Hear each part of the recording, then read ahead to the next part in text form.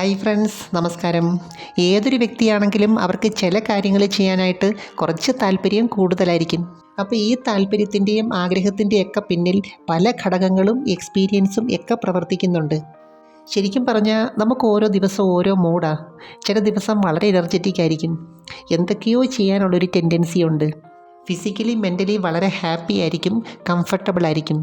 ശരിക്കും പറഞ്ഞാൽ വൈവിധ്യങ്ങളാണ് ഈ ലോകത്തെ ഇത്രയും സുന്ദരമാക്കുന്നത്. ദാമ്പത്യത്തിനകത്തും അങ്ങനെ തന്നെയാണ്. അപ്പം ഞാൻ ഇന്ന് പറയുന്നത് പൗരുഷത്തിന് അതിൻ്റേതായ പ്രാധാന്യം കൊടുക്കുന്ന ചില പങ്കാളികളുണ്ട്.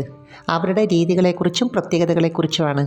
മിക്കവാറും സ്ത്രീ പങ്കാളികളെ സംബന്ധിച്ച് അവർക്കിതിനോട് വ്യക്തമായ കാഴ്ചപ്പാടുണ്ട്.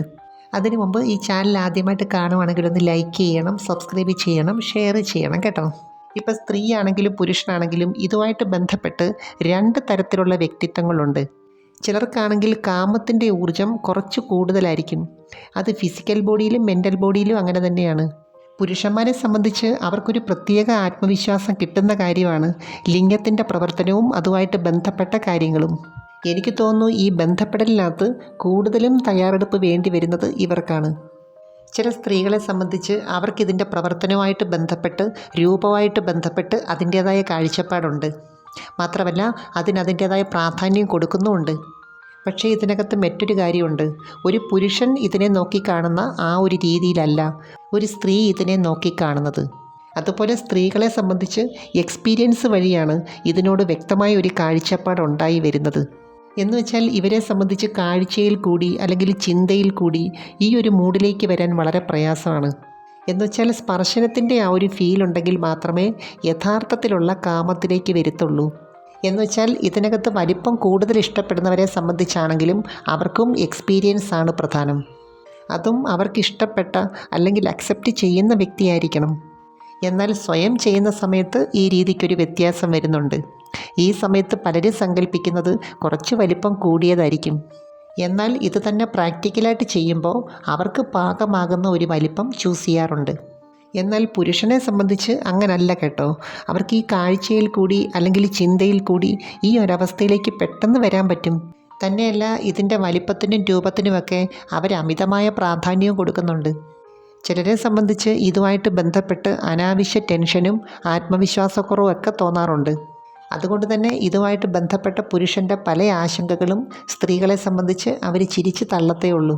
എന്നാൽ ഇതിൻ്റെ പ്രവർത്തനം ശരിയായ രീതിയിലായില്ലെങ്കിൽ അവർക്ക് നിരാശ വരാറുമുണ്ട്. അപ്പോൾ ഇതുമായിട്ട് ബന്ധപ്പെട്ട ഒരു കാര്യം ആസ്വദിക്കുന്നതിനകത്ത് തുടക്കത്തിലെ ആ വ്യത്യാസം വരുന്ന കണ്ടോ.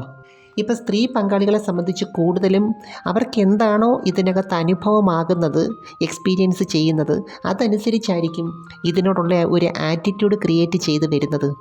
എന്ന് കരുതി കാഴ്ചയിൽ കൂടിയും പെരുമാറ്റത്തിൽ കൂടിയൊക്കെ അവർക്കൊരാളോടൊരു താല്പര്യം വരാറുണ്ട്, ഇഷ്ടം വരാറുണ്ട്. സ്ത്രീകളെ സംബന്ധിച്ച് പൊതുവെ ലൈംഗികതയിൽ കൂടിയും കാമത്തിൽ കൂടിയൊക്കെ ജീവിതത്തിൻ്റെ സുപ്രധാനമായ പല കാര്യങ്ങളും നേടേണ്ടതായിട്ടുണ്ട്. അതുകൊണ്ട് തന്നെ ഇവരെ സംബന്ധിച്ച് പലപ്പോഴും ഇതൊരു കണ്ടീഷനിലാണ്. എന്നുവെച്ചാൽ പ്രകൃതി അങ്ങനെയാണ് അവരുടെ ശരീരത്തിനെ മനസ്സിനെ ഒരുക്കിയിരിക്കുന്നത്. ഞാനീ പറയുന്നതൊക്കെ അടിസ്ഥാനപരമായ കാര്യമാണ് കേട്ടോ. ഒരു പെർഫോമൻസ് ലെവലിലേക്ക് വരുമ്പോൾ ഇതിനൊക്കെ മാറ്റം വരാം. അതുകൊണ്ട് തന്നെ സ്ത്രീകളെ സംബന്ധിച്ച് അവർക്ക് പ്രണയം തോന്നുന്നവരുടെ എല്ലാ കാര്യങ്ങളും ഇഷ്ടമാണ്. എന്തുകൊണ്ടാണ് ചിലരെ സംബന്ധിച്ച് വലിപ്പത്തിന് ഇതിനകത്തൊരു പ്രാധാന്യം കൊടുക്കുന്നത്? ഇപ്പോൾ ഏത് രീതിയാണെങ്കിലും നമുക്ക് പാകമാകുന്നത് ഉപയോഗിക്കുമ്പോഴാണ് ഒരു സംതൃപ്തി കിട്ടുന്നത്. ചിലരെ സംബന്ധിച്ച് കുറച്ച് ഡീപ്പായിട്ടുള്ള ഭാഗത്ത് സ്റ്റിമുലേഷൻ കിട്ടുമ്പോൾ ചില പ്രത്യേകതകൾ തോന്നാറുണ്ട്. എന്നുവെച്ചാൽ എല്ലാ സ്പോട്ടിലും എല്ലാ നെർവെൻഡിക്സിലും ആ ഒരു സ്റ്റിമുലേഷൻ കിട്ടണമെങ്കിൽ അതിങ്ങനെ ആയിരിക്കണം, ഈ വലിപ്പം വേണം, ഈ അവസ്ഥയിലായിരിക്കണം എന്നുള്ള ഒരു ധാരണ അവർക്ക് ഈ എക്സ്പീരിയൻസിൽ കൂടി കിട്ടുന്നുണ്ട്. എന്നുവെച്ചാൽ അതിൻ്റെ പ്രവർത്തനം അവരെ സ്വയം മനസ്സിലാക്കാനും കണ്ടെത്താനും അനുഭവിക്കാനുമുള്ള ഒരു കാരണമായി തീരണം. മാത്രമല്ല അവരെ മറ്റൊരു ലോകത്തേക്ക് കൊണ്ടുപോവുകയും വേണം. അതുപോലെ ഈ സമയത്ത് ഫിസിക്കലി ഒരു ഫുൾനെസ് ഫീൽ ചെയ്യുന്നതിനോട് ഒരു പ്രത്യേക ഇഷ്ടമുണ്ട്. കാരണം ഇങ്ങനെയാണെങ്കിലേ സ്ട്രോക്ക് കിട്ടേണ്ട ഭാഗത്ത് കിട്ടൂ എന്നൊരു എക്സ്പീരിയൻസും ഉണ്ട്. എന്നാൽ ചില കേസുകളിൽ തുടക്കക്കാരെ സംബന്ധിച്ച് ആദ്യമൊക്കെ ഇതുപോലുള്ളത് ഉൾക്കൊള്ളാനായിട്ട് കുറച്ച് ബുദ്ധിമുട്ട് തോന്നാറുണ്ട്. പലരെ സംബന്ധിച്ചും ഒരു ആവറേജ് വലിപ്പമാണ് അവർക്ക് കംഫർട്ടബിളായിട്ട് തോന്നുന്നത്. ഈ ഒരു കാര്യത്തിനകത്ത് ഡിസ്കംഫർട്ടായിട്ടുള്ള പെയിൻ വരുന്ന സാഹചര്യമാണെങ്കിൽ അവർക്കത് എൻജോയ് ചെയ്യാൻ പറ്റത്തില്ല. അപ്പോൾ ഈ വിഭാഗത്തിലുള്ള പുരുഷ പങ്കാളിയെ സംബന്ധിച്ച് അവർ ചില സാഹചര്യത്തിൽ കുറച്ച് ക്ഷമ കാണിക്കേണ്ടതായിട്ടുണ്ട്, അല്ലെങ്കിൽ യുക്തിപൂർവ്വം പ്രവർത്തിക്കേണ്ടതായിട്ടുണ്ട്. എന്നുവെച്ചാൽ ശരിയായ രീതിയിൽ ലൂബ്രിക്കേഷൻ വന്നതിന് ശേഷം മാത്രമേ അടുത്ത ഘട്ടത്തിലേക്ക് കടക്കാവൂ. അതുപോലെ തന്നെ ഇതിനകത്ത് ഓരോരുത്തർക്കും ഓരോ നേച്ചറാണ്. ഹാർഡായിട്ടുള്ള രീതി ഇഷ്ടപ്പെടുന്നവരുണ്ട്, ചിലർക്കാണെങ്കിൽ സോഫ്റ്റായിട്ട് മതി. അതൊക്കെ ഉണ്ടായി വരുന്നത് നമ്മുടെ ചിന്തയിൽ കൂടി, ഫാൻറ്റസിയിൽ കൂടി. നമ്മൾ എന്ത് കാണുന്നു, കേൾക്കുന്നു, എക്സ്പീരിയൻസ് ചെയ്യുന്നു, ഇതൊക്കെ സ്വാധീനിക്കാറുണ്ട്. ശരിക്കും പറഞ്ഞാൽ നമ്മുടെ ഫിസിക്കൽ ബോഡിക്കും മെൻ്റൽ ബോഡിക്കും എന്താണ് പാകമാകുന്നത്, അതാണ് കംഫർട്ടബിളായിട്ട് ഫീൽ ചെയ്യുന്നത്. ഇപ്പം വസ്ത്രത്തിൻ്റെ കാര്യമാണെങ്കിലും എന്താണെങ്കിലും ഇടുമ്പോൾ ഒരു സുഖം കിട്ടണമെങ്കിൽ പാകമായിരിക്കണം. പിന്നെ ഇതിനകത്ത് ഓരോരുത്തരുടെയും ആസ്വാദന രീതി വ്യത്യാസമാണ്. ഇത് കൂടുതലായിട്ട് ഇഷ്ടപ്പെടുന്നവരുണ്ട്, ആസ്വദിക്കുന്നവരുണ്ട്.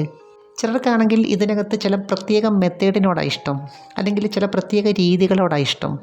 ചില പങ്കാളികളെ സംബന്ധിച്ച് പൗരുഷമായിട്ട് ബന്ധപ്പെട്ട എല്ലാ കാര്യത്തിനോടും അവർക്കൊരു പ്രത്യേക ആകർഷണമാണ്, ഇഷ്ടമാണ്.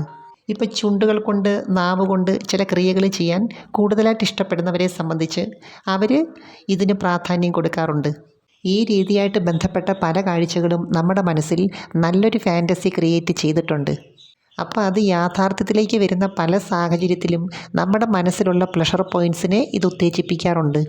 ഇപ്പോൾ ഏതൊരു കാര്യമാണെങ്കിലും നമ്മുടെ ചുണ്ടുകൾ കൊണ്ട് ചില ക്രിയകൾ ചെയ്യണമെന്നുണ്ടെങ്കിൽ അതിനോടൊരിഷ്ടം കൂടുതലായിട്ട് വേണം. പ്രത്യേകിച്ചും പൗരുഷമായിട്ട് ബന്ധപ്പെട്ടിട്ടുള്ള ചില മനോഭാവങ്ങൾ ഓരോരുത്തർക്കും ഓരോ തരത്തിലാണ്. അതുകൊണ്ട് തന്നെ ചിലരെ സംബന്ധിച്ച് ഈ ഒരു രീതി ചെയ്യുമ്പോൾ ഒരു പ്രത്യേക വൈബ്രേഷനും സംതൃപ്തിയും ഒക്കെ ഫീൽ ചെയ്യാറുണ്ട്. അതുപോലെ ചില രീതികൾ കൂടുതൽ ആസ്വദിച്ച് ചെയ്യണമെന്നുണ്ടെങ്കിൽ ഇതിൻ്റെ വലിപ്പം ഒരു പ്രധാന ഘടകമാണ്. ഇതിനകത്ത് കുറച്ച് എക്സ്പീരിയൻസ് കൂടുതലുള്ളവരെ സംബന്ധിച്ച് ഒരു പ്രത്യേക പ്രാധാന്യം കൊടുക്കാറുണ്ട്. അതുപോലെ മറ്റൊരു പ്രധാനപ്പെട്ട കാര്യം എന്തെന്ന് വെച്ചാൽ ഏത് രൂപത്തിനെ ഉൾക്കൊള്ളാനുള്ള കഴിവ് യോനി കോശങ്ങൾക്കുണ്ട്. തുടക്കത്തിൽ കുറച്ചൊരു ബുദ്ധിമുട്ട് തോന്നുന്ന എല്ലാ കാര്യങ്ങളും വളരെ പെട്ടെന്ന് തന്നെ മാറി വരാറുണ്ട്. പിന്നെ ഈ ഒരു സബ്ജക്റ്റുമായിട്ട് ബന്ധപ്പെട്ട് നമ്മൾ ഓർത്തിരിക്കേണ്ട പ്രധാനപ്പെട്ട ഒരു കാര്യമുണ്ട്.